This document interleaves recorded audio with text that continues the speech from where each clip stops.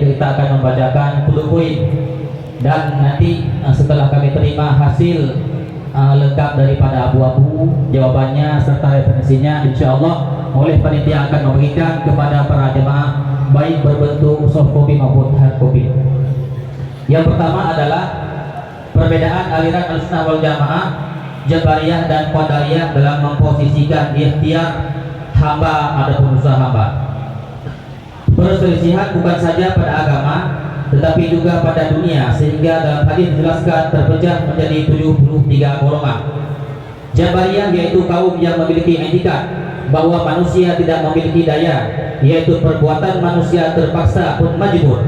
Pimpinannya itu Jaham bin Safwan. Mereka mengumpamakan manusia laksana kapas yang berterbangan. Firqah Jabariyah disebut juga dengan kelompok Jaham. Yang kedua Qadariyah, yaitu memiliki pandangan bahwa manusia memiliki kuasa, perbuatan dan kehendaknya sendiri. Serta yang ketiga yaitu Ahlussunnah wal Jamaah ataupun disingkat dengan Aswaja, yaitu memiliki bahwa perbuatan manusia merupakan ciptaan Allah. Semua perbuatan manusia Allah yang kendali, serta tidak memberikan taksir ataupun memberi bekas. Ini yang disampaikan oleh Yang Mulia Abi Lung Amin. Kemudian yang kedua adalah bagaimanakah hukum leasing dan jual beli dengan cara kredit ataupun angsuran.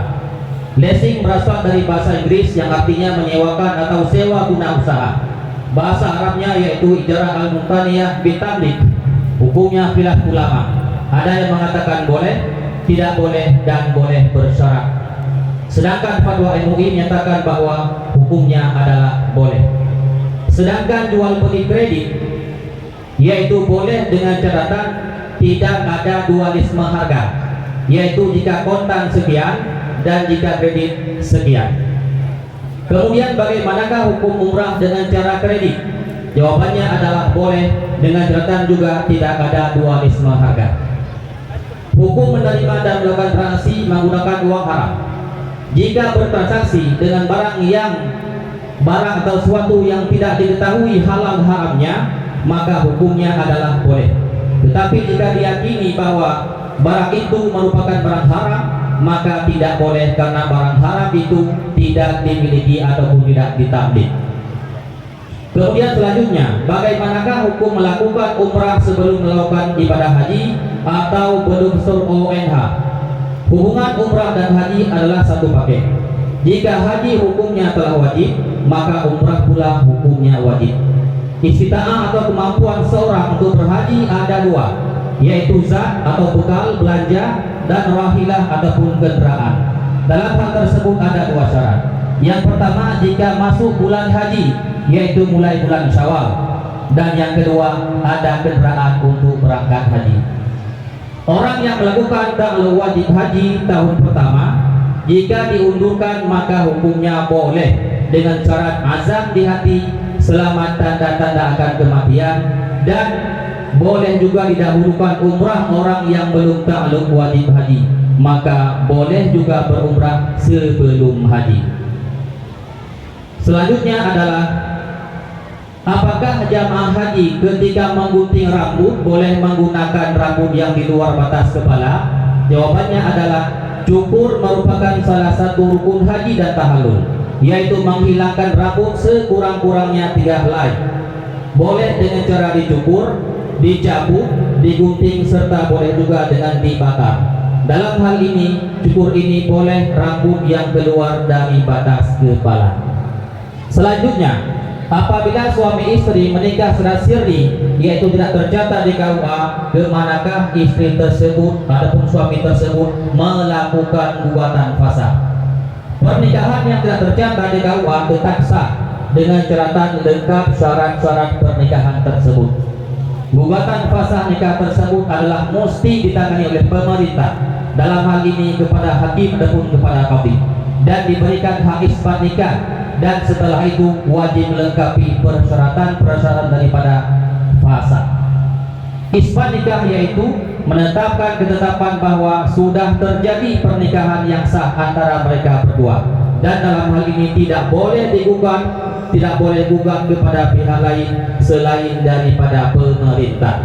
Dan jika benar-benar tidak ada jalan untuk ubah kepada pemerintah, barulah boleh ditahkim kepada ulama-ulama yang sudah diakui keilmuannya dan akan diajari tentang hal ihwal daripada tahkim. Selanjutnya adalah bagaimanakah hukum imam kampung mengambil hak amil pada harta zakat. Imam kampung dan ditugaskan sebagai amil.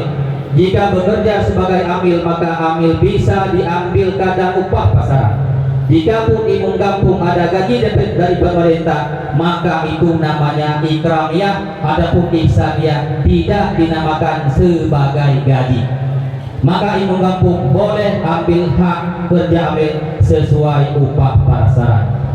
Kemudian bagaimanakah hukumnya menerima cuan ataupun pendapatan dari membuat konten di media sosial seperti YouTube, TikTok dan lain sebagainya? Jawabannya adalah karena belum diketahui secara detail teknis dan mekanismenya, maka jawabannya masih tertawakuf ataupun pending. Selanjutnya adalah seseorang yang menyerahkan uang kepada panitia kurban untuk membeli binatang kurban dan menyembelihnya, bagaimanakah hukumnya dan termasuk kurban wajib ataupun kurban sunnah? Maka berdasarkan pemahaman teks kitab bahwa menyerahkan uang kepada panitia maka disebut akad wakalah. Jika syarat-syarat wakalah terpenuhi, maka hukumnya juga sah. Persoalannya adalah terjadi dua akad, yaitu wakalah jual dan wakalah untuk kurban, maka hukumnya adalah tetap sah walaupun dengan satu ucapan. Dan kurban itu tidak akan menjadi wajib walau sudah ditakyin karena masih dalam tanggungan. Adapun arisan kurban adalah uang yang telah disepakati dengan ketentuan tertentu, adalah hukumnya boleh.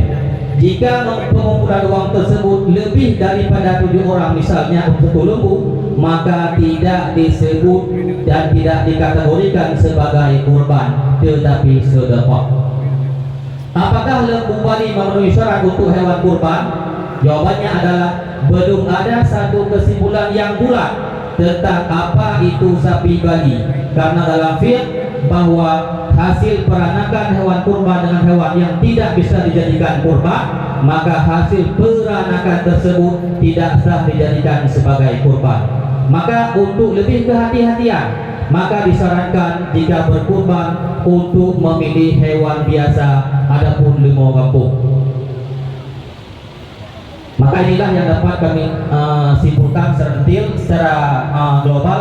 Insyaallah seperti yang kita sampaikan tadi, setelah beberapa hari nanti panitia akan memberikan hasil mudakan ulama ini secara detail, baik secara soft copy maupun hard copy.